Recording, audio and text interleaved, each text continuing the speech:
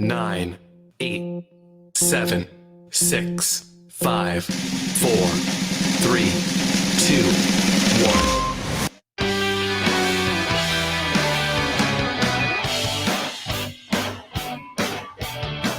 1. Welcome to the John DeVito Show. We're going to get started in a minute. It is Thursday, almost the weekend, and I'm ready to go today. So I'm ready to just rip and go at it. So sit back, chill, and enjoy the show. I'll be back live in a minute.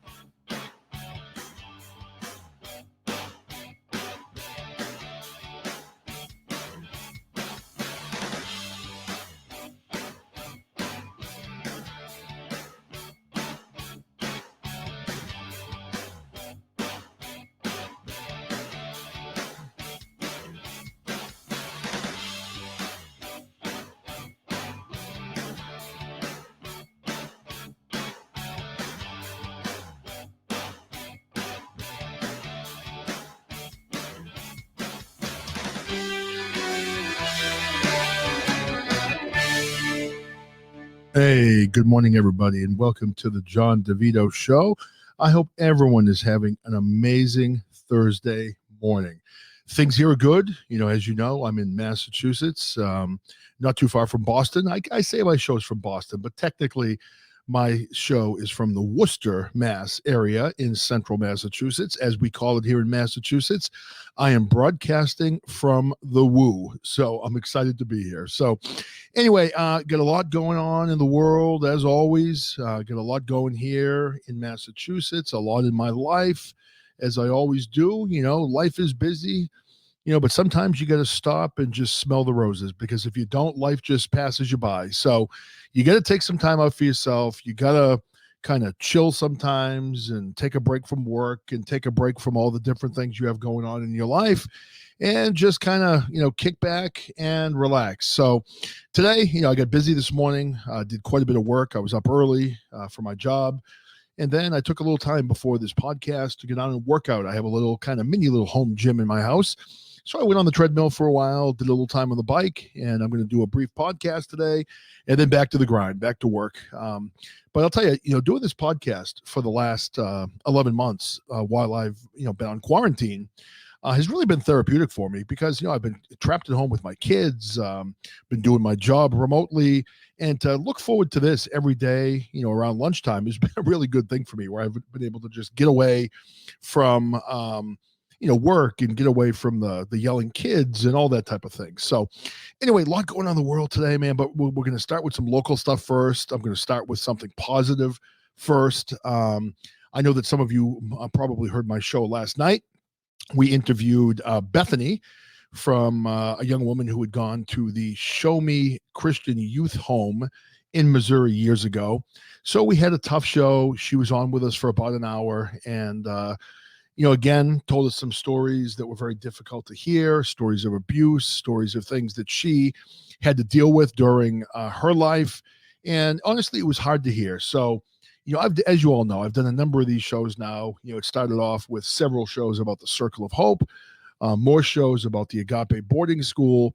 And then again, this show last night, with Bethany on, who was talking about many of the things she had to deal with, not only at this Christian home, but with different things early in her life that were, just difficult. So, when I hear stories like Bethany's, it really makes me sit back and think about, how fortunate I've been in my life in a lot of ways. And, while things certainly haven't been perfect and I've made my share of mistakes, all in all, I've been pretty fortunate. So, we gave Bethany a chance to get on and talk about the things that have been difficult for her in her life. And I'm glad we gave her that platform, because it was good. So, after doing that show last night, sometimes it's a little difficult. You do these shows and you hear these very sad stories, from a lot of different people.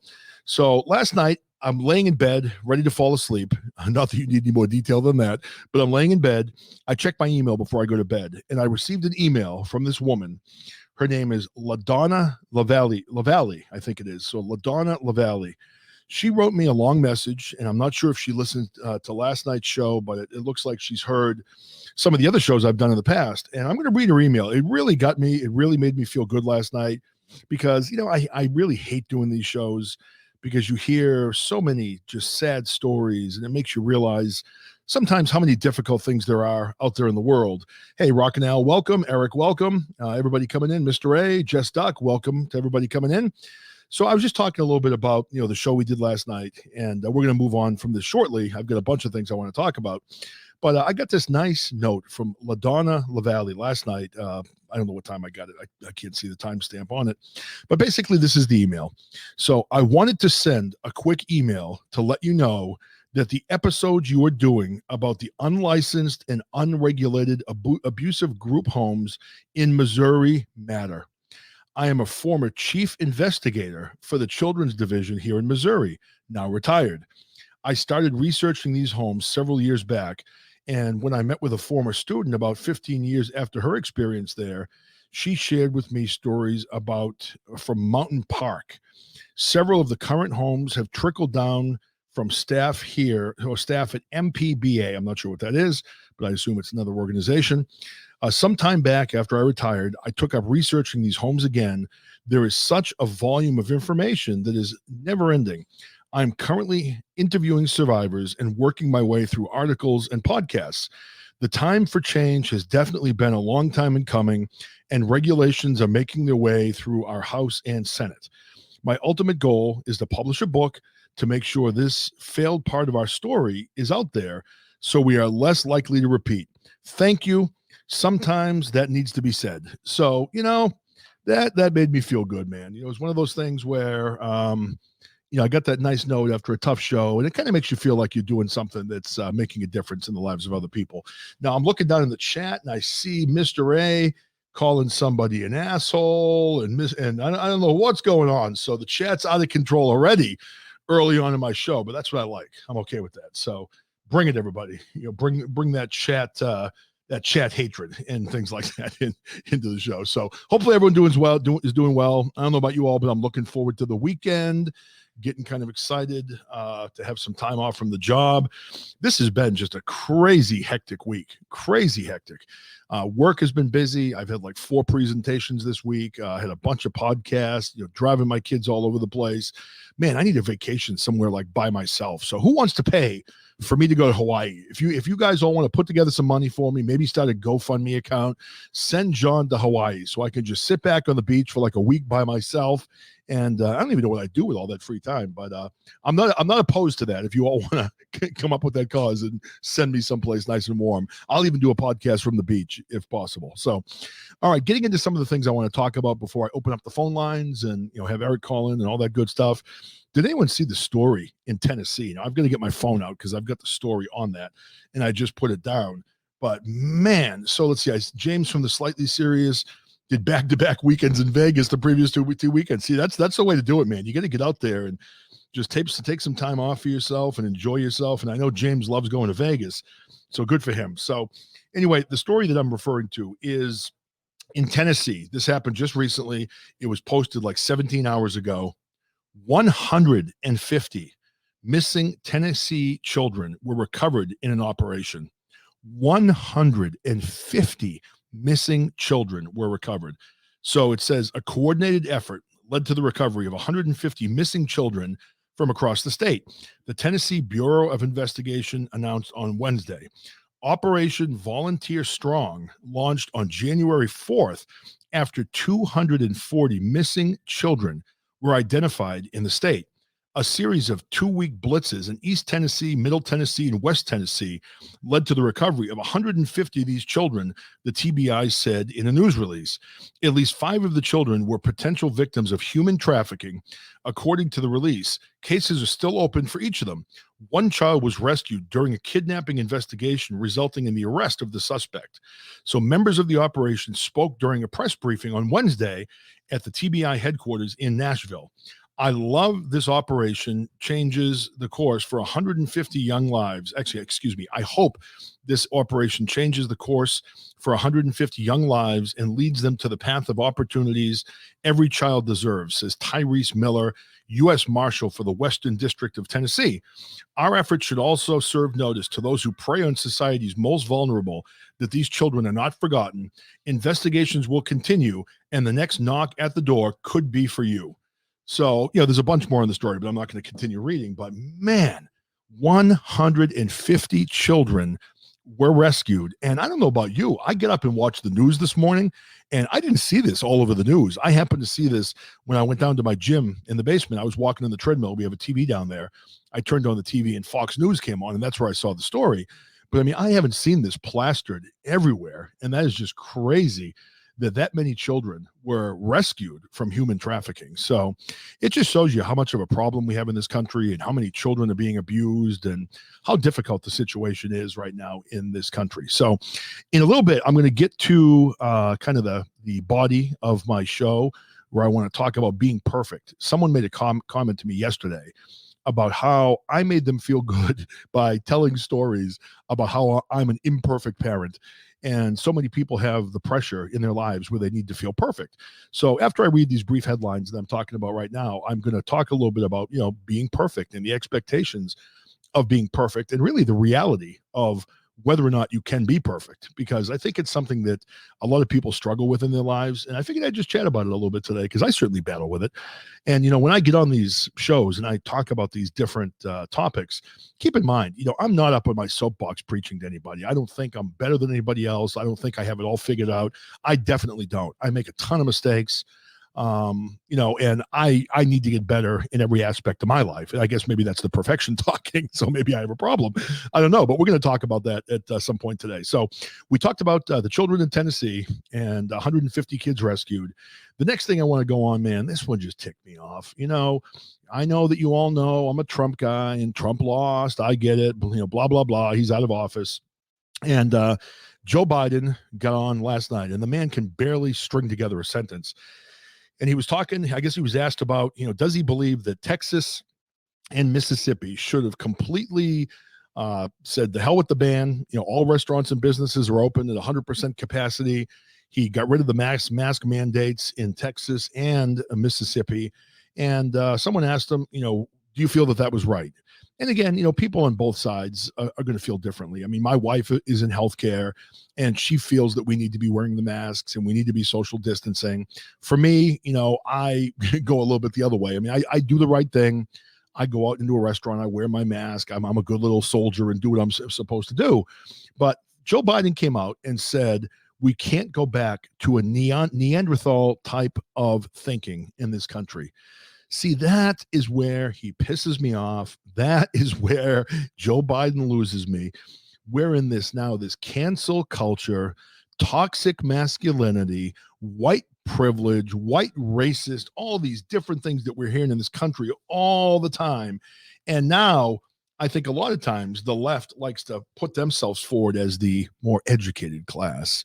They're not rednecks. They're not, blue collar people. They're, limousine driving, money making liberals like John Kerry and some of those, very wealthy people on the left. So when I hear Joe Biden come out and call this Neanderthal thinking, I'm sorry, but freedom in this country is not Neanderthal thinking. Being free to make your own decisions, to have freedom of speech, to have freedom to bear arms, that is not Neanderthal thinking. That is what it means to live in a free country. And what I love about this country is you have a lot of different states. A lot of different types of people live in these different types of states. I live in one of those very blue states, and we've got, of course, James from Slightly Serious lives on the other coast in another one of those very blue states. But it's nice that in this country, the individual states can make decisions that they feel are best for their people. Now, for me here in Massachusetts, our governor just said that he's going to be reopening restaurants at a much higher capacity, and he's relaxing some of the regulations. We haven't gotten rid of the mask mandate yet. But I can tell you, when the mask mandate goes away and the government tells me I no longer need to wear a mask, I'm not wearing a damn mask. And if I walk up to a business and a business has a sign that you need to wear your mask, if I step inside that business and that business tells me I need to put my mask on, that is when I take my wallet, put it back in my pocket, and go find somebody else that actually wants my money. So that's kind of where I'm at with that whole thing. So Cummings, good that you're here. I'm talking a little bit of politics as we start the show right now.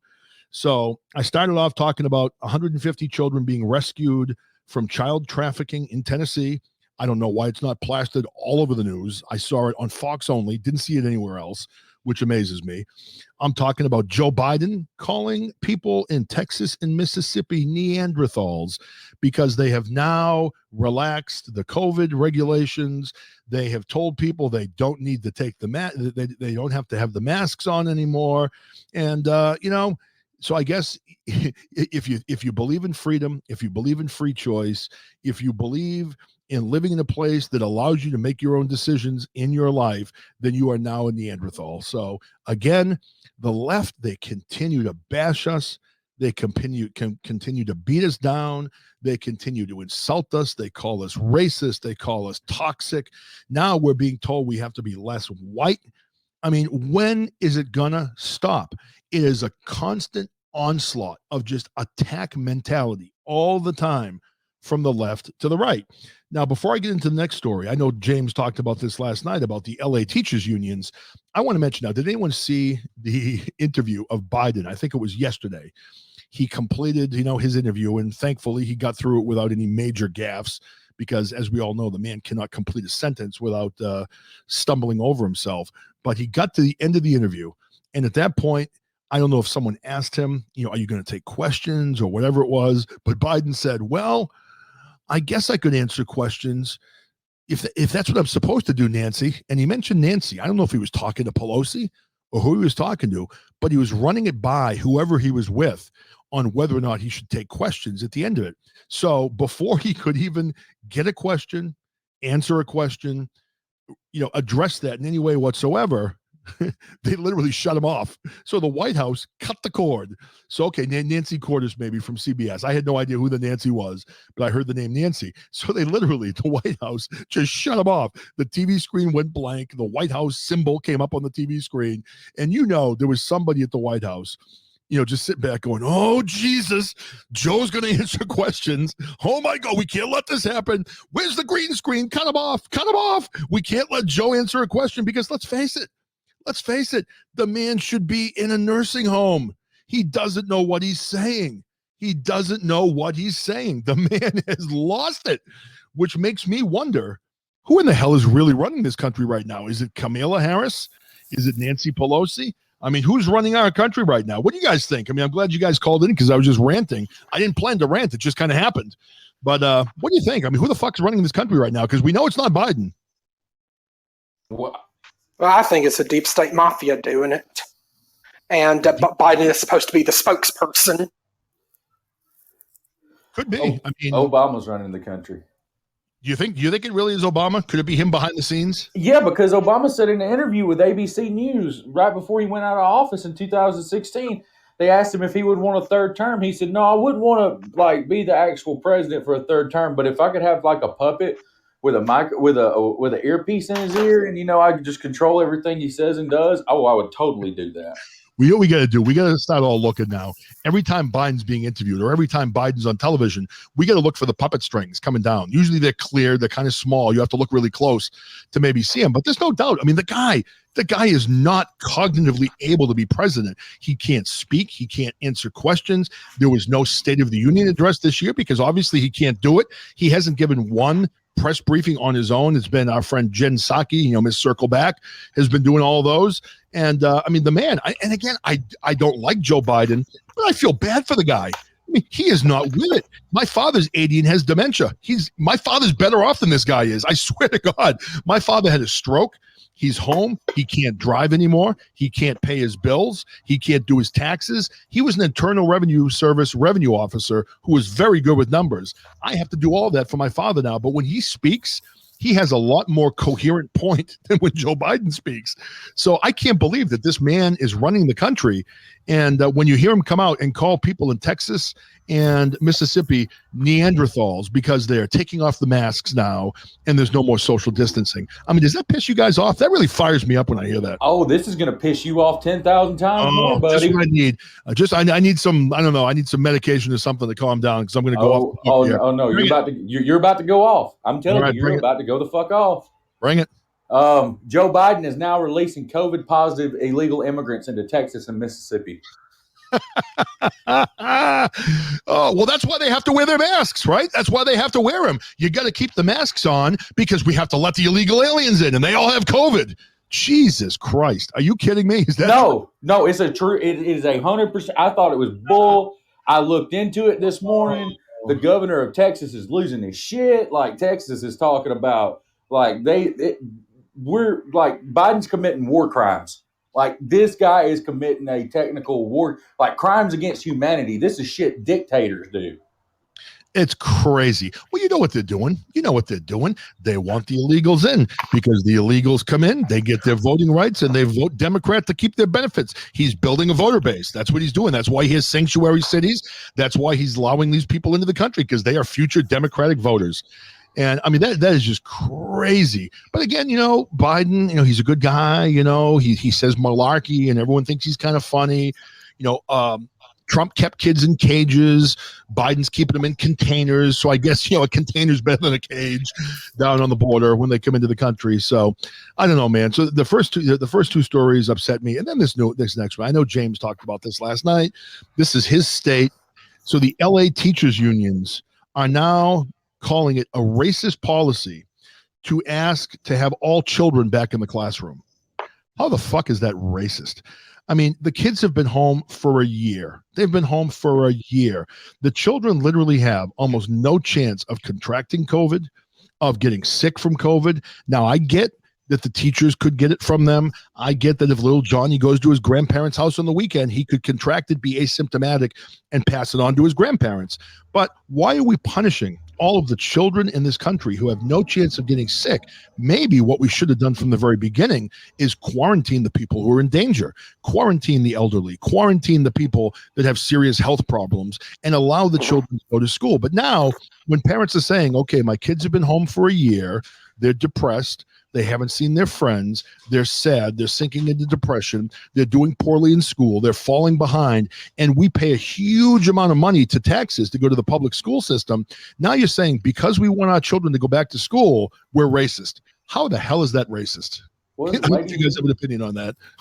Lady Mead said last night that if they were just giving the vaccination away, everybody could get the vaccination in California. Why don't those fucking teachers go down there and take that vaccination if it works so good? Yep. Well, you know, they just made that that just hit in Massachusetts today. They're trying to get the kids back to school. I had a meeting yesterday with the school district where the kids are all going back. My kids, I think, are going to start going back in April, which, again, I'm happy for them. They want to go back. They're sick of being home with their father. They want to be with their friends. They want to be in school. I get that. I understand it. But in Massachusetts, they finally are considering teachers to be on the same level as like healthcare workers. So the teachers are going to be bumped to the top of the list and they're going to get vaccinations so they can go back to school and teach the students. So, I mean, that makes sense to me, but you know, you're right. I mean, it's just crazy to hear that, but you know, when parents want their kids to go back to school, now that's considered racism. I'm not sure how that's racism. I just don't get that argument, but you know what it is? It seems to me that every time that the left does not have a coherent argument about something, you just throw racism out there, no matter what it is. You know, you throw racism, people are afraid to say anything. People are afraid to argue. You know, the sky's blue today. No, it's gray. Oh, that's racism. I mean, it doesn't matter what the argument is. They throw racism at it. I mean, this is a fundamental right in this country for our children to get an education. And I know the teachers, this is not meant to be at the teachers. The teachers have been amazing to see them trying to get online, teach students in a new way. You got half your class in the classroom, the other half of the class at home. You're trying to teach both of them. The teachers have been amazing. And this has nothing to do with them, but it's these damn unions who are trying to make a problem out of this. And I mean, let's face it, it's time for the kids to go back. You know, if it means you have to wear a mask in school, if it means they have to have social distancing, do the best you can with that. But I mean, it's not racist. It's not racist to talk about that. So I don't know, guys. I'm fired up. I'm fired up today. What do you think, Eric? What do you think about LA schools calling it racist to go back to school, or the teachers unions? I think those teachers unions are just a bunch of idiots. And I love the scene in Home Alone too when Kevin's mother's asked the question. I think this question might even apply. What kind of idiots do you have working here? Oh, it's true. It's true. And I see Jess Duck's comment. Teachers are the best. I agree completely. I'm friends with a lot of teachers. Well, but the only drawback about California is they are not a right-to-work state. Right. But to finish my thought on Jess, Jess, teachers are amazing. It's funny. People have this idea that teachers, oh my God, they work from 7 to 2, then they're home relaxing all afternoon, and then they get all their summers off with no work. Teachers work hard. I mean, teachers may be in class from 7 to 2 or 7 to 3, but what people don't see is all the professional development they go through. They don't see all the planning they have to do for their class, the lesson plans they have to create, writing curriculum, pulling materials together, because the school districts never have enough money to buy them the textbooks and the materials that they need.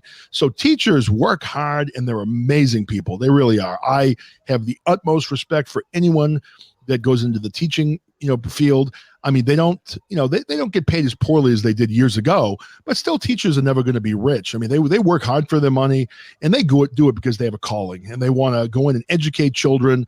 And the majority of the teachers I run into are really caring people who just work their backsides off and are good people. And the teachers, I'll tell you that the teachers, they have a hard time too, because they're caught up a lot of times where, the administrators don't have the money to buy them what they need. So you have teachers in classrooms that literally, teach a class without a textbook. They teach a class without materials. Morning, Chris. So you have teachers that come in and they literally have to write their own curriculum, create all the hands-on experiments and exercises that the kids have to do when they get nothing from the school district because the district doesn't have the money. But then the expectations are still the same, where their kids have to pass the state tests and all that type of thing. So teachers have it rough. They really do. And I love teachers. So all the love in the world for my teaching brothers and sisters. If there's any in here right now, you've got my respect without a doubt. But it's the unions is what drive me crazy. But it's unions in any type of business. They're all the same. They are one way. They're looking to drive it to the company. They're looking to drive it to the government. They're looking to drive it to in the schools towards the parents. I mean, that's why unions are around. So hey, Chris, good morning. Chris, I read an email earlier. You missed it. I got an email last night, and it's at the beginning of my recording, from a woman who used to work in Child Protective Services in Missouri. She wrote me the nicest email about how my shows are making a difference.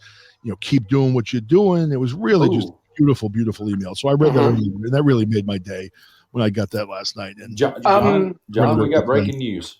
Yeah, go ahead. Let it rip. We got breaking news. I wouldn't break in on you unless it was breaking. Oh. I just got a pretty verified source. This comes from the Alabama State House. This is a insider inside the Alabama State House. Alabama is about to end its mask ordinance in 15 minutes and to open up the state completely. Is it really? Wow. Yes. Oh, Alabama following suit. You're going to see it happen more and more. Now that you've got Texas and Mississippi have done it, Alabama's coming. It's going to keep coming.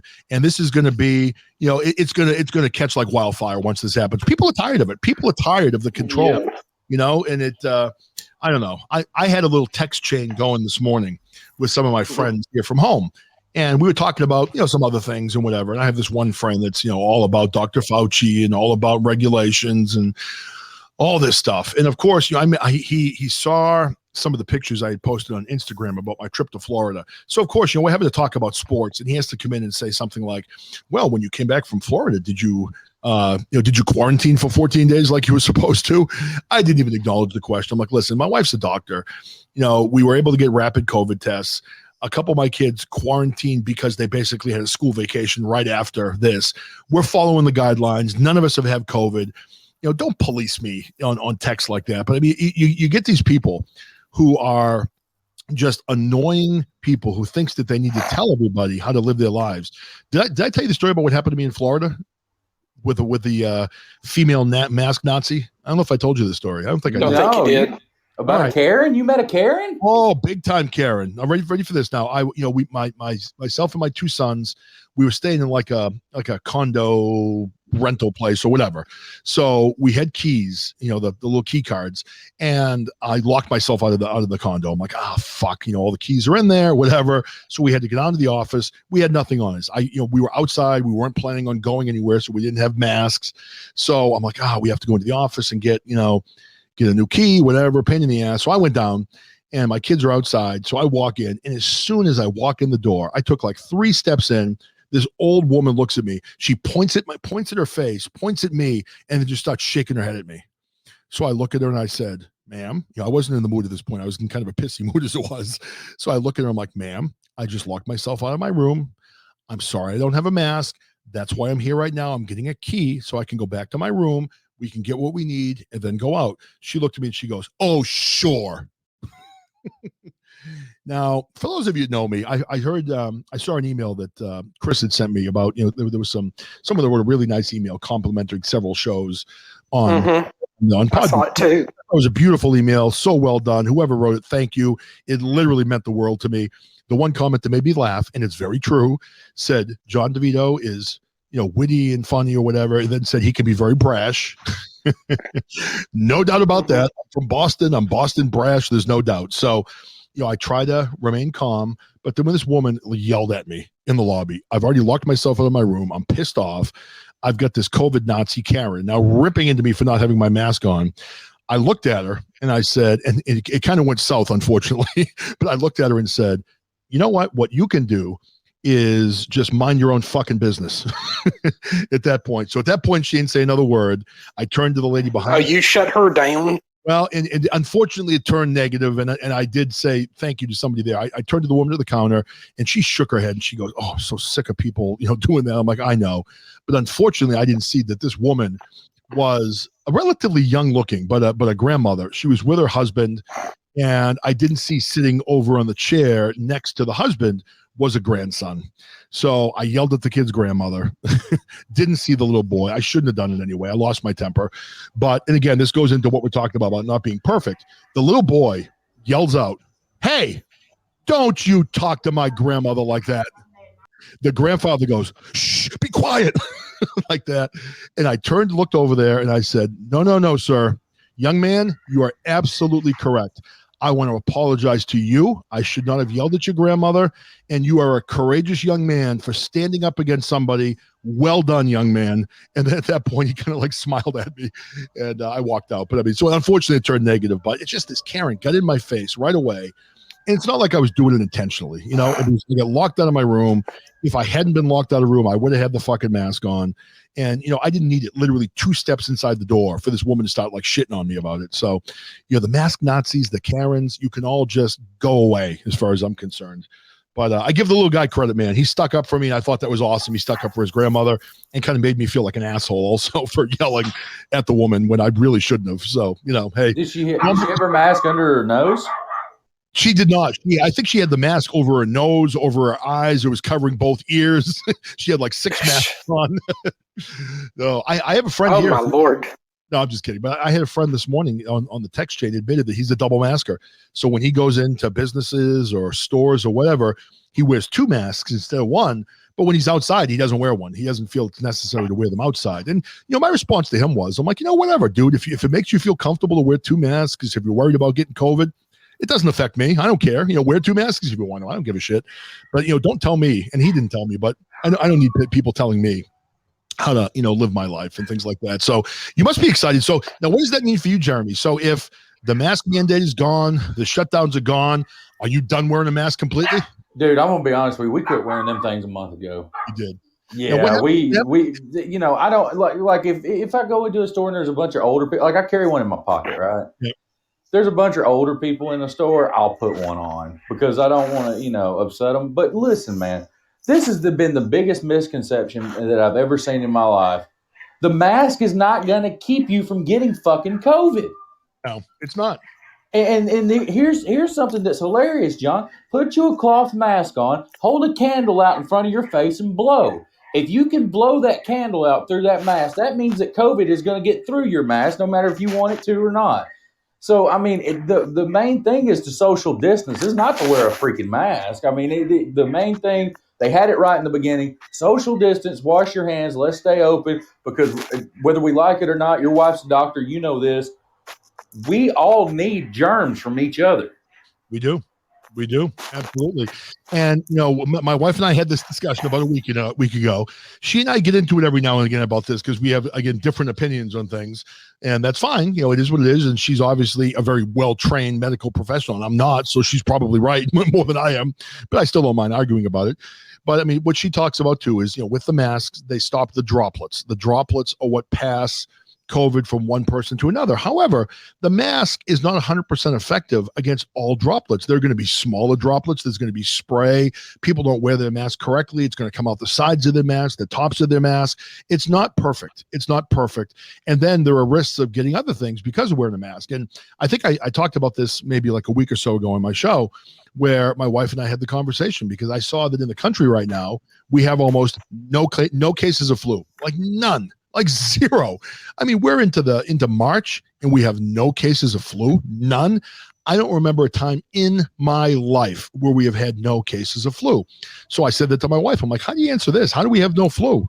And she said, well, it's because people are wearing their masks. And I said, okay, so if people are wearing their masks and there's no flu, why do we have COVID rising?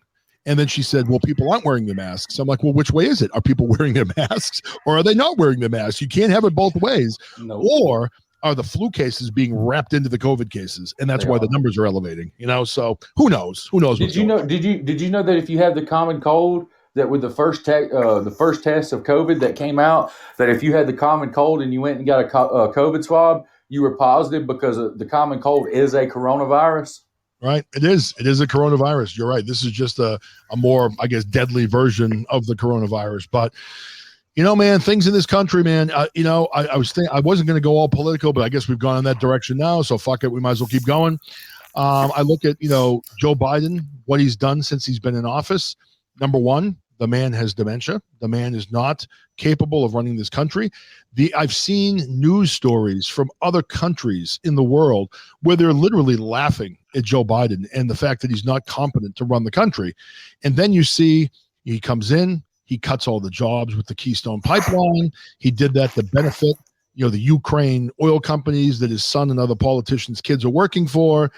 Then you look at him coming into the country. He bombed Syria. I mean, Trump did nothing but try to broker world peace in the Middle East and end all the wars. So Biden bombed Syria. And I saw that video of that poor Syrian woman screaming to Donald Trump to help her, to stop the bombing. Please do something. She's standing in the rubble of buildings. And she looked like my mother or my grandmother, just crying for help, from our country. So, I mean, I don't know. I don't get what's going on in this country. And I don't understand why people blatantly support what is being spewed out there right now. I mean, even the National Guard, we've got the National Guard still in DC right now. Half of them have been sick. They got like metal shavings in their food. I'm not sure if you saw that story. Yep. And why are they there? Because of the big attack on the Capitol building that was supposed to happen today. I mean, I haven't seen any attacks yet. Have you seen the attacks? That was supposed to happen on March 4th. I haven't seen them. No, there's not going to be. I mean, you got 8,000 National Guard. You know what they're doing, in all honesty. When they've got the National Guard there, and anybody can argue with me all they want to. When you claim you're the most popular president in American history, that you got 81 million votes, but nobody can attend your inauguration, and you need major fences and 8,000 National Guard troops to protect you, you're a fucking dictator. You were not duly elected by the American population. There's no doubt about it. There's no doubt about it. You look at some of the presidents over time, recently, I know the populations in the country were different at that point, but you go back as far as Kennedy, you go back as far as Clinton, Reagan, Bush. I mean, Obama was a very popular president. I didn't love Obama, but I mean, for me, I understood the importance of having the first, black president in the country. Obama, I thought, did some things well. I didn't like all of his policies. I think he started the war against the police department in this country. He wasn't even black. He wasn't like, that's the thing. Like they say, oh, he's the first black president. No, motherfucker, we could claim, the white people could claim him just as much as the black people could. He was only half black. Well, that was Kamala Harris too. They say that she's African-American and she's not. But then again, they don't stop. You look at Elizabeth Warren from my state of Massachusetts. She was saying she was Native American. If you've seen Elizabeth Warren, she's as white can get. I mean, she is the whitest on the face of the earth.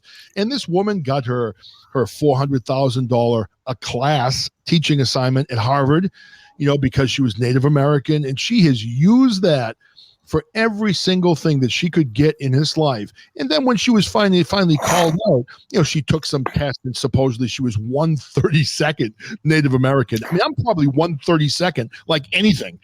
So, I mean, for her to get all these benefits and to lie about her heritage and to receive benefit for it, just typical. It's typical of what the left does. They lie, they twist, they manipulate, they call names, they threaten the right with racism, and it's just not ongoing. Now, let me ask you this, guys. Eric Cummings, how about Como? How friggin' arrogant is that guy? How is he not stepping down right now? Everybody, even the left, is calling for this guy to step down, and he comes out point blank and says, "I'm not stepping down." No, they're not. No, they're not.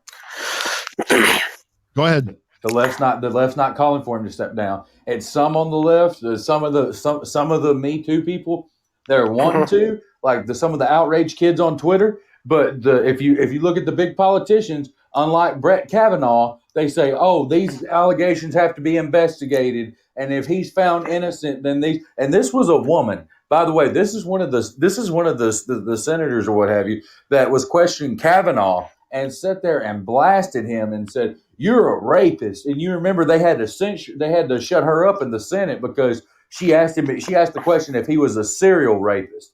And this is the same woman that asked Kavanaugh that was out front, Dianne Feinstein, every one of them that was out saying that, "Oh, he's a rapist. He's this, he's that." And that Christine Blasey Ford and her 2 doors on her front of her house, but she only actually had 1 door, and it was all just a big fucking lie.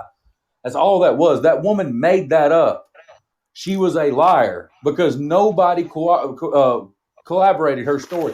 Nobody. People that went to school with her said, "No, she didn't. That didn't happen. We never went to that guy's house." Her own childhood best friend said, "No, it didn't happen." But now you look at Cuomo, that scumbag in New York, and all these allegations come out on him. And it's not surprising to me, John, because Kamala Harris, when she was running for president, she believed Tara Reid. That's where I was going next. That's where I was going next. Yep. All of a sudden, she turned on it and said, "Oh, I don't believe it anymore." Apparently, because she ran with the prick. And then the next thing that happens is all these Democrats just all of a sudden, "Oh yeah, we don't what Me Too movement? Oh, that's a Republican movement."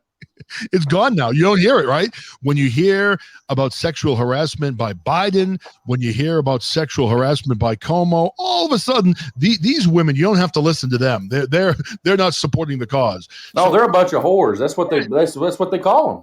Only certain women fall under the umbrella of the Me Too movement, which is, I mean, again, I'm a man.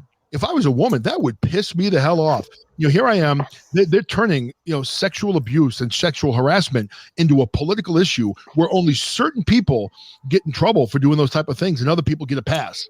And I mean, to me, whatever. If there was evidence today that Donald Trump did something, fry the bastard. If there was evidence today that Joe Biden did something, fry the bastard. In my opinion, it has to go both ways. If we're going to do the whole Me Too thing, let's do it right, and let's make sure we're protecting all women, not just some women. And really, you get Kamala Harris coming in. I mean, for her, I would have a hell of a lot of respect for her if she came out and said, "You know what? I know that Como is a Democrat. I know that he's on our side, but if these allegations prove to be true, you need to step down. There needs to be an investigation. We need to start that right now." If, honest to God, if she did that right away, she would go from the very bottom of my approval rating right up to near the top, where I'd be like, "Look at this woman. She's coming out doing the right thing regardless of political party," but she's not going to do it. She's not going to be allowed to do it. And that's the problem we have in this country. That's the swamp that we all deal with. They do what they're told to do. And again, when you go back to the first story I was talking about, 150 children rescued in Tennessee, sex trafficking. You got sex trafficking across the whole country. You got Epstein's Island. We haven't heard a damn peep about that. You've got all of these people who are getting away with horrible crimes, horrible misdeeds, and nobody is stopping them. They are being protected. The stories are being buried. Where's all the evidence? You got Maxwell in prison right now. She's talking like crazy. She hasn't been, Clinton suicided yet, so she's still alive. So where are the names? She knows. She booked everybody. She knows who was on that island. Where are the names? Where's the information? Where's the media when the black guy who went live on Facebook a week ago or something like that? I don't want to give it the exact time, but it was a week ago. I haven't seen the video. I don't want to see it. It's disgusting because I'd shoot the son of a bitch right between his eyes if they would give me 5 minutes with him. But he was raping. He abducted and raped on Facebook Live, two 15-year-old white girls. But that doesn't fit the narrative. Disgusting. I saw the story. I haven't seen the video. I don't want to see the video like you, but same thing.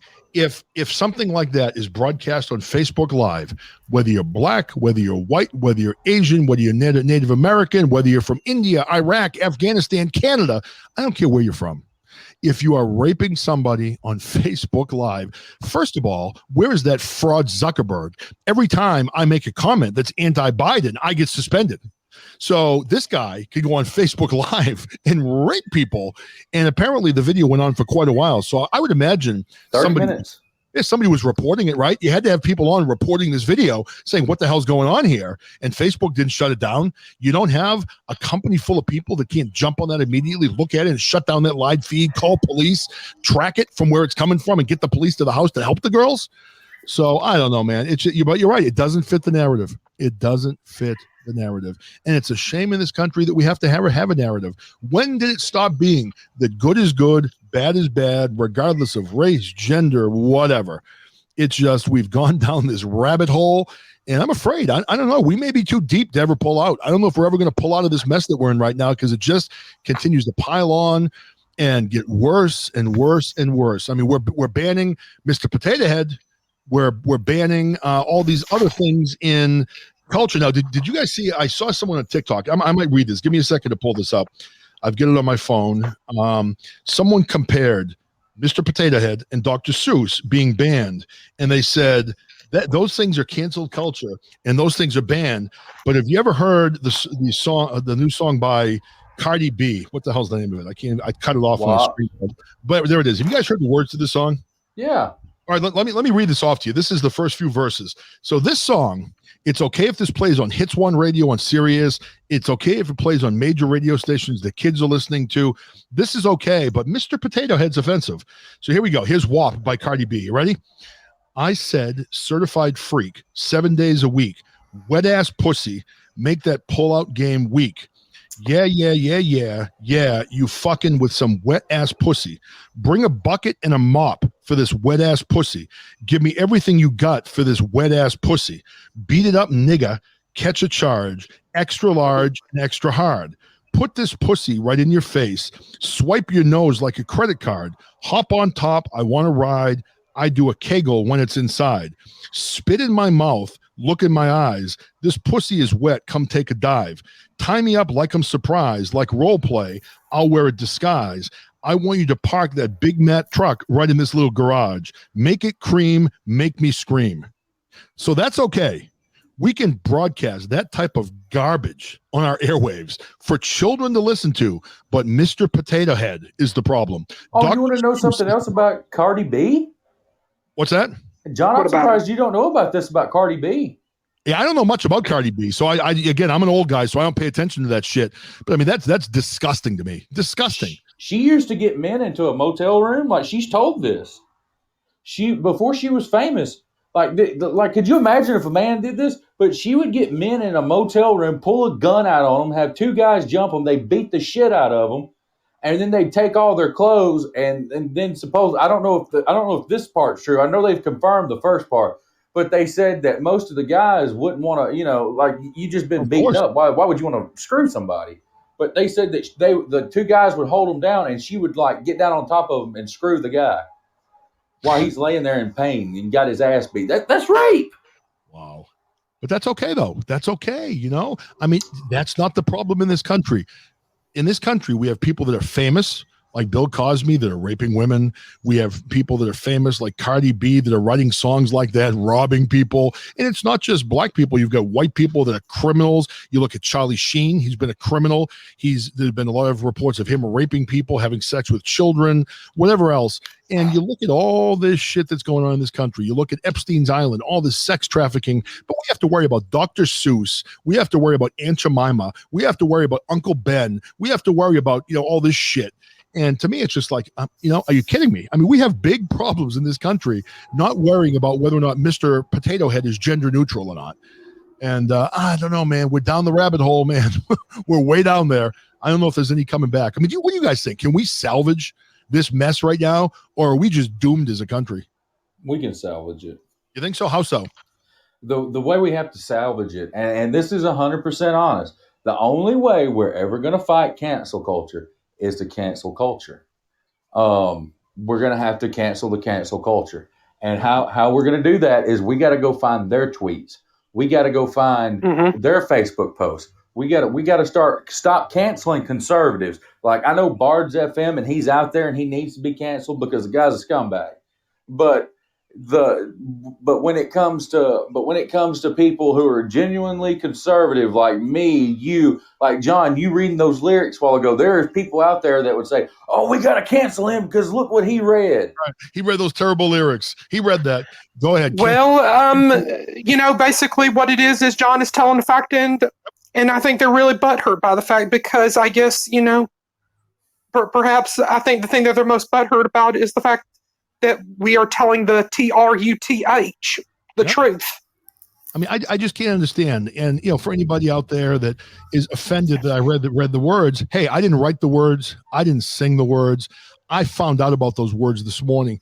To me, they're shocking. They're disgusting.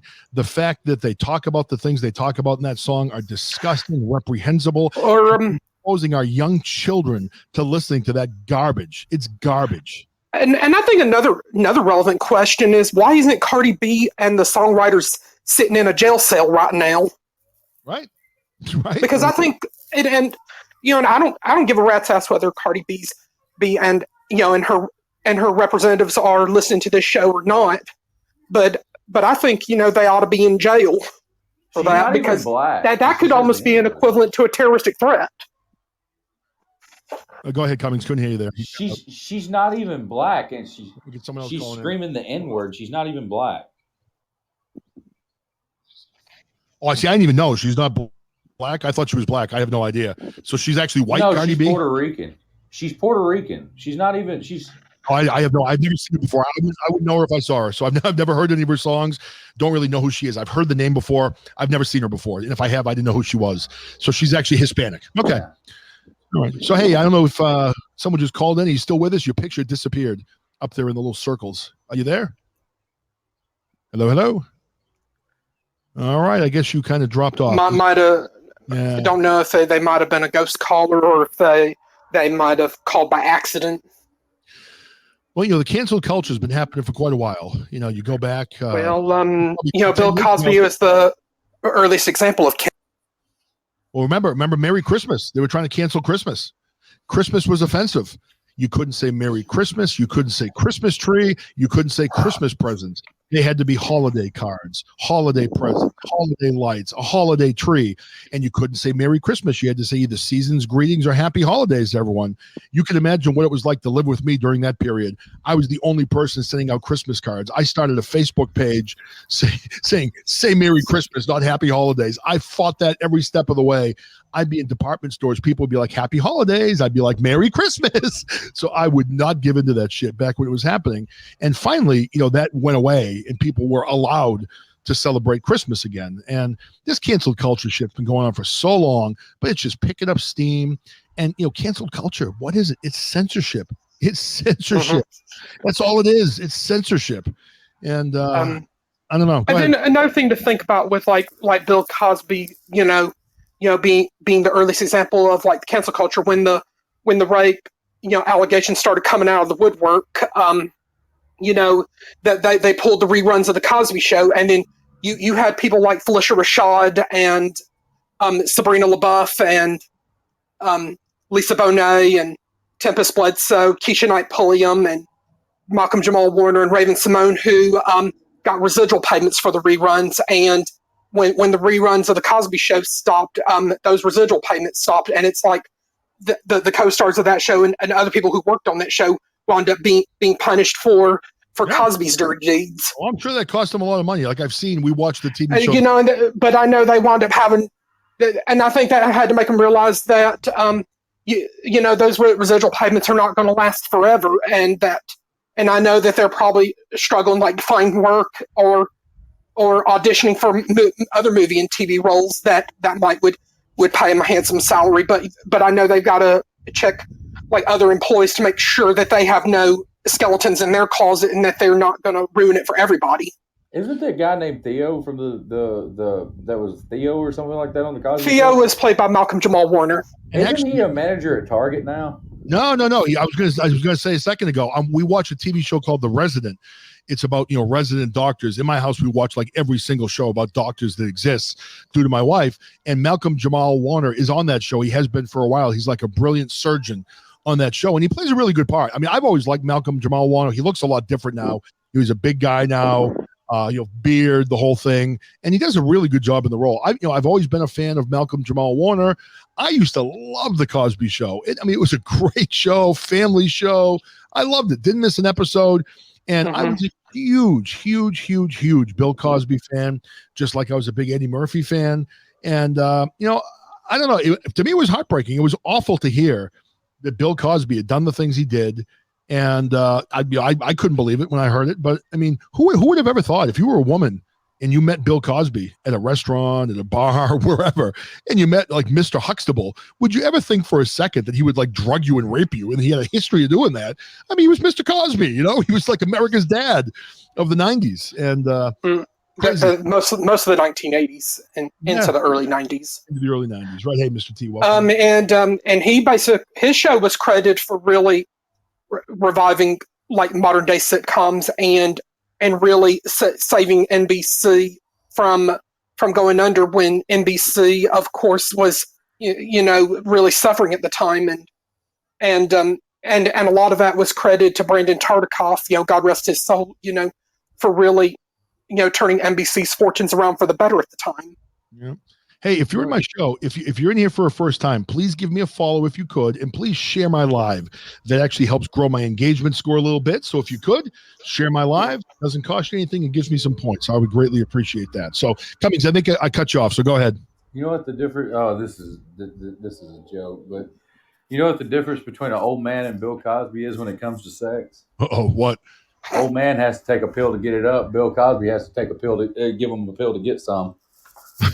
Oh my goodness, that's terrible. And then you look at another celebrity like R. Kelly and the rape and abuse allegations that have been placed against him, where he is alleged to have raped and sexually abused young women. And then you have two of the young women, one of them with family here in Georgia, swearing to God that R. Kelly never raped her and it was a consensual relationship. But the only thing about having a consensual relationship is if you have a consensual relationship with a minor, that even if it is consensual, it's still considered in the eyes of state and federal laws illegal. But didn't R. Kelly pee on and you wonder why he hasn't been canceled and why radio stations haven't quit playing his music.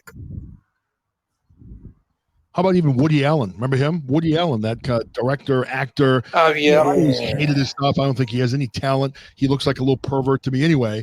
I mean, for God's sakes. He ended up, and Mia Farrow, when she was asked by Maureen Orth about whether, Ronan Farrow is Frank Sinatra's kid and not Woody Allen's, I love the answer she gave. Possibly. John, do you want to have that girl on your show? Who's that? The Allen versus Farrow, the thing that they're doing on HBO. Why, can you get her on? Yeah, I got the contact email. I started to do it, but I don't do any of like the sexual abuse things. Yeah, send it over. I'll try it. Send it over. Yeah, I think that'd be a great show. Yeah, send it over. I'll write her and see if I. Oh, by the way, before I forget to mention it, we have finally booked the date. So women, I don't know if you're going to love this, but the men might. I don't know the exact time yet. I got to write them back. But either Friday afternoon or early evening, late afternoon, early evening, we're going to have the CEO of Flirt Magazine on with us. So interesting. I may talk to him to see if I can maybe get some perks for some of my listeners. But if you look it up, Google Flirt Magazine, and then, of course, delete your browser if you're a married man because your wife will see it and probably kill you. But look, it's a combination of beautiful women, rock and roll bands, things like that. They're based in Rhode Island, and apparently they're a pretty big magazine. So he wrote me on LinkedIn and asked if I would interview him. So, well, why not? So I'm going to put him on Friday afternoon sometime. Oh, actually, excuse me, Saturday afternoon. It'll be either like 5 o'clock Saturday afternoon Eastern time or maybe like 6 o'clock, nighttime. So somewhere around there. I'll schedule it at some point. I see Mr. A saying he doesn't have his buttons today in his chat box. Uh-oh, you're being shadow banned. You must have offended somebody. Yeah, I think cancel culture finally got Mr. A. They shut him down. They got rid of his buttons. So I'm sorry to hear that. No, Mr. A. Podbean got Podbean. Did he not know that I'm Podbean's golden goose? And he's been coming into rooms saying saying hey, what's up, good peoples, and hey, Cummins too. So they finally got him. So good, Mr. A.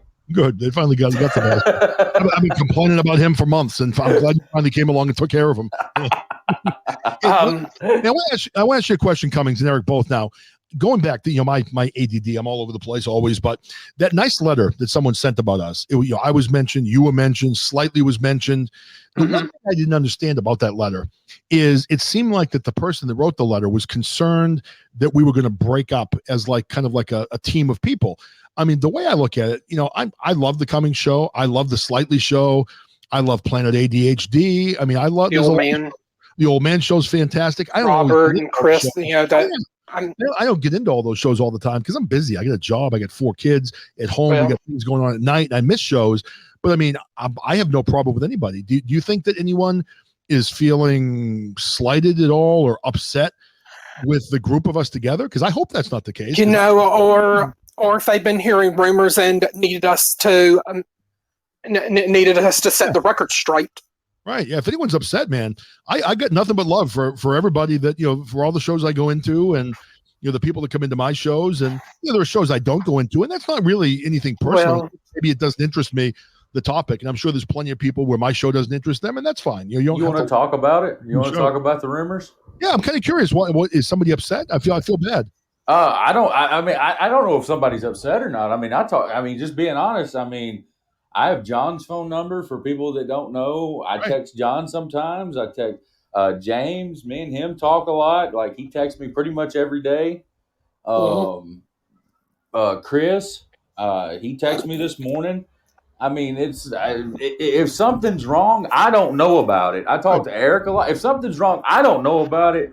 But I'll be honest with everybody. The thing about the whole rumor thing is that we're all we're moving and somebody's getting jealous, I think. And it's to the point of we're not there's nothing 100% set in stone. Like, if I move, do I want to take John DeVito with me? 100,000%. Because listen, what other people don't understand, like when we were talking on. We were talking on the phone the other day. It was a private conversation, but I think I'm free to say this. But you were talking about how you went to broadcasting, like you were always into broadcasting, and this was always a dream of yours. And if I'm going somewhere and I can take somebody like that along with me, and I know they're not gonna fail, and I believe in them, and then this place would believe in me, then you know what? If they believe in me, and I'm saying this guy's just as good or better than I am, then they're going to take him too. And if I can make somebody else's dream come true, I mean, just being honest here, I'm going to help these guys any way I can. I'd be the same way. I think that about everybody here. I mean, and honestly, the way I think, and this is the honest to God truth, I try to make my show the best I can make it. I do my best. Yeah. Some people like it. Some people don't like it. That's okay. I'm doing the best I can do. And that's all I can do. When I look at other shows, I look at, Chit Chat with the Old Man. I look at Cummings. I look at Slightly. I look at Planet Brian. I look at Chris's show. There's a lot of shows out there that I listen to. And every show I listen to, I'm like, boy, that person does that better than I do. Or this person's really good at this. And I always look for things that can help me improve my show. This morning, I actually got onto Ralph Williams' page. And he hasn't been on it a bit. So I listened to one of his last shows that he had published, and I listened to his intro, and I'm like, oh, that's a pretty good intro. That's a lot better than mine. So I listen to people, and I always admire how good other people are at what they do. Yeah. And, I can only be me. I can only be as good as I can be. But I mean, as far as the group of people, and then honestly, the guy that doesn't get enough credit, I know we talk about him sometimes, but Eric Kirk is the one that put all this together. Yeah. He's the one that brings everybody. Well, and then that email, of course, that lady sent to Jeremy, that I think was really intended for him, but you and Chris and James were mentioned. Is one thing I do agree with is, God had a very special purpose for all of us, that God, intended for our paths to cross. And I look at my my time here on Podbean, in April will be 1 year I've been here. Right, me too. I guess had the COVID pandemic not occurred, I mean, I would have never discovered Podbean, and I would have never met such a great group of people. Granted, I've never had the privilege of meeting you, John, or meeting you, Jeremy, or any of the people down in the chat, or James, or the old man and Dina Joe, and Ralph in person. I mean, I can pick up like spiritual energy vibes off of people, and you almost get that sense we've known each other all along, or like maybe we knew each other in a previous life. It feels like it does. Yeah, it's strange. Yeah. Well, that email was sent to Chris, and I was just a CC. I don't even know what that means, but I was a CC. Carbon copy. Yeah, and then there was another one, and it shows that it was also sent to Slightly's email on my end. I don't know whether he saw it or not, or ever has acknowledged it on the show. If by chance the person that wrote the email is in here, don't feel bad. I mean, we're not, there was nothing. I mean, the email was phenomenal. It was beautiful. And the thing that I loved the most about it was very accurate about each person. The description of each person was right on. Because I think Chris read me the email first. And when he mentioned the part about me being brash, I literally laughed out loud. I'm like, yeah, that's me. Yeah, when they said I had the in your face style, that's true. I'm one of those people. I'm in your face with the shit. And you're going to have to come back with facts. And if you don't come back with facts, I'm going to rip you. And that's just the way it is. It is what it is. And that's what makes, in my opinion, that's what makes good shows, though. People want to hear people that are passionate about what they're talking about. And I see, let me go to you in a second, Eric, but I see Jess's comment. You all bring something different to the table. And I love that you said that, because honestly, there are certain days where I listen to the old man show and I'm like, I wish my show was more like him. And I listen to his show. It's a great show. He's very good at what he does. And when I try to do my show like the old man does it, I'm not as good at it as he is. That's his style. He's good at it. And sometimes I weave some of that into my show if I can, but I'm just not as good as he is at that particular style of show. I'm good at what I do. And I guess I'm good. I think I'm good at what I do anyway. I shouldn't say I'm good at what you do. But you're good. You're very good. Welcome to the show. I like the little leaves. Are those pot leaves? Are those weed? Is that weed coming in? Can't really tell. No, let's go. And then of course, I know we're still here on Podbean, but like Jeremy says, nothing is certain. Even though we have explored various other options, but I know we've had to learn from past experiences, like we look at VOP USA Radio, for example.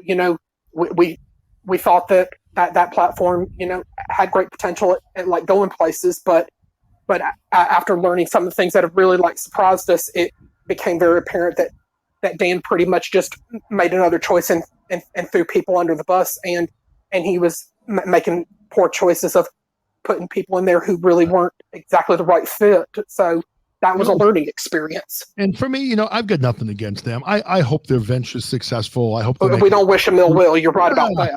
I guess for us, it wasn't the right fit. And, for me, I'm happy here on Podbean. I have no problem with doing things on Podbean. Now, for the people out there that listen to these shows, you may not know this because not everybody in here does a show. A lot of people do. I mean, we don't get paid for this. I mean, you do a little bit, but I pay my monthly fee to belong to Podbean, just like everybody else does. And, I maybe get some residual payment from Pod Points, but I mean, really, I don't have many advertisers because, again, it's kind of hard when you have the number of downloads that I have, which are a decent amount, but they're not big enough to be important. And I'm spread all over the country. You can't really find local companies that want to advertise.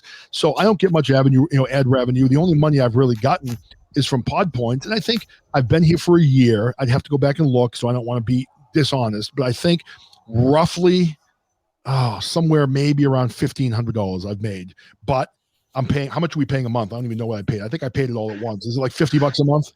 The minimum, with the hosting fee, is $14 a month, but it goes up after that depending on if you're distributing out to additional platforms. Yeah, I chose a higher one, so I think I'm paying like $50 a month. So what's that over the course of 12 months? That's $600.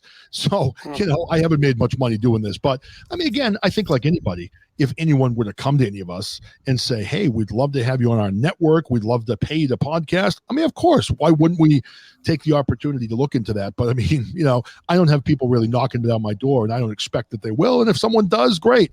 And if it's an opportunity for me to make some money for doing this, fantastic. And if I don't get that opportunity, I enjoy it. And for as long as I enjoy doing this, I'm going to keep doing it. And if it becomes a chore where it's a pain in the ass, then I either take a break or I stop doing it and I do something else. So Well, I send out audition videos. I'm not lying about mine. When people say you're trying to be a big star, you're 100% correct. I'm trying to be a big star, and that's What's why wrong it's with Trying to get your name out there. What's wrong with nothing. That's why sometimes I don't care to tell anybody. Sometimes when I get fired up and you think that I'm going off about something, sometimes I write one-liners for myself, and I'm sitting there and I just try to figure out a way to plug a one-liner in there. Like Jess Duck the other day, she was in the show where she went back and listened to a show, and she was like, "I loved your comment about when you turn 25 and your brain develops, you become a Republican."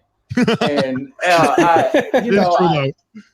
but John, when I do that, like, when I try to be as offensive to a liberal as I can be, because if I'm offensive to them, it doesn't matter if they hate me. If they hate me, they're going to show me to somebody else, and they're going to say, "Listen at this motherfucker. Listen to what he said." Well, they'll take it to somebody else.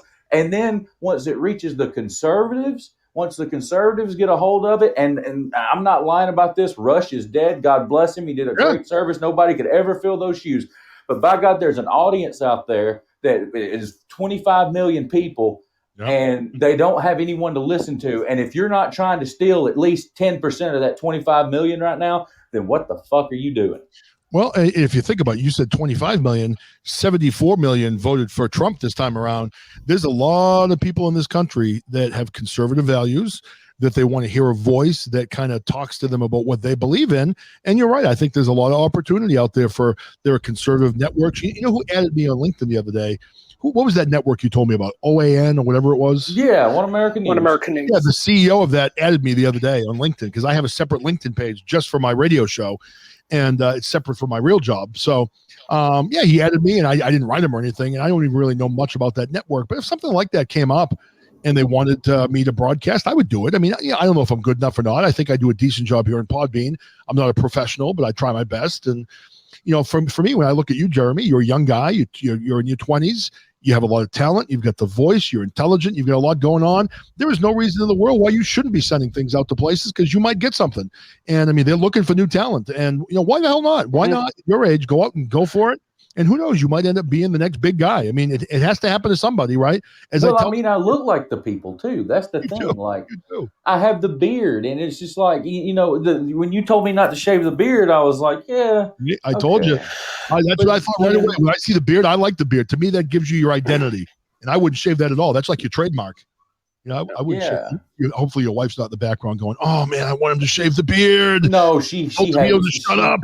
She doesn't want me to shave. She's never seen me without a beard like this. Like, ever since I was 16 years old, it may have not been a complete beard. Like, it may not have been as thick and as grown as it is now.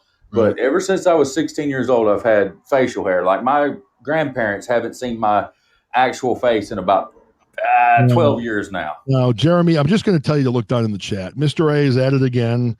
He's starting his shit as he always does. We may have to, I don't know, he's an admin, so I guess we can't do anything. But Cummings has the perfect face for radio, is I think what he's saying. That's great. Hey. Why do you think I don't have video? I don't want you all to see my ugly mug. You'll be running for the hills, man, terrified. I don't want you to see me. You hear my deep voice, and you can assume that I look like, I don't know, some actually, I was going to say Tom Cruise, and that made me think of something else. Have any of you guys seen those TikTok videos of the fake Tom Cruise? Yes. Holy shit, he looks just like him. He looks just like him. I thought it was Tom Cruise. I mean, Tom Cruise is a freak and a Scientologist and all that stuff, and I don't like him anymore.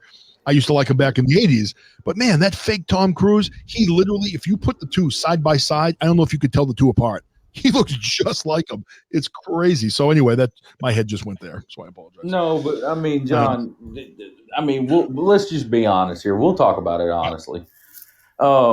Did I send a thing out? Yeah, I sent a thing out to One American News because anybody can right now because they have a job opening for a television anchor. I sent it out there. Did I hear something back? Yeah, I got an email back, and then I got a phone call.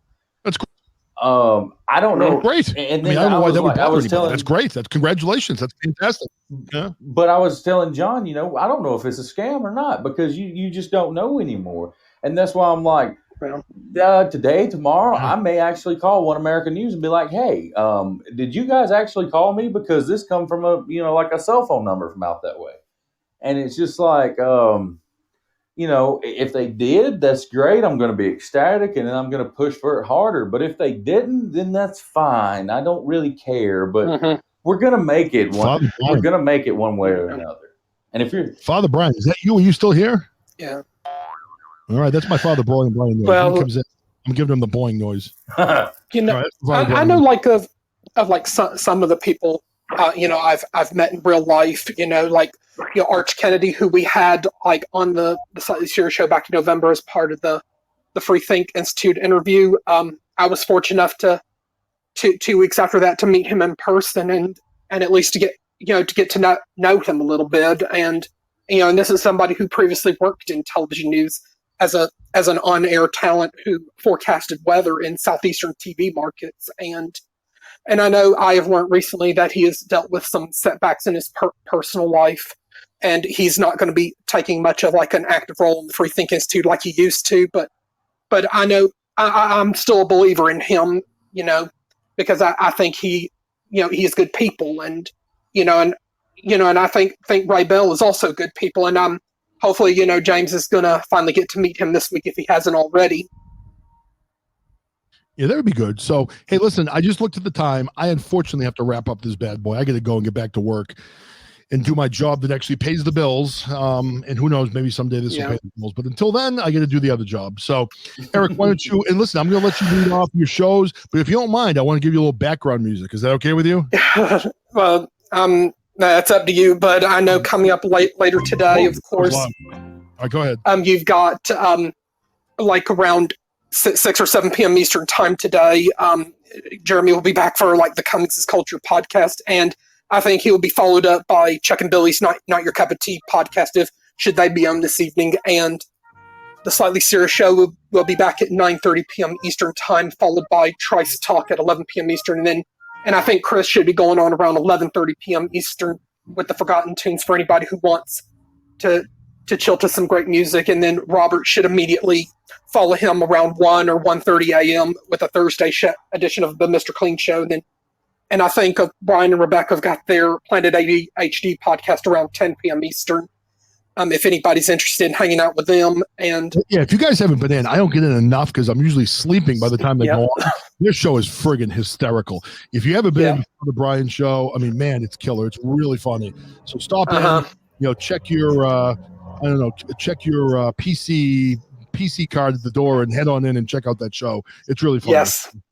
Well, and then also be on the lookout for Lara, with Communication Station, and Pink Squirrel, with whose podcast is this anyway, and the Milk Dog 2020 show. If like throughout the day, if anybody wants to go and hang out with a friend, also be on the lookout for the Chit Chat with the Old Man tomorrow at 10 a.m. Eastern time, plus his Friday night and Sunday music shows. And then also over the weekend, you've got Tall Tales of the Rabbit Hole with good friend Dennis Lee, and Lyrical Laxatives with John, Mel, Ian, and Mike.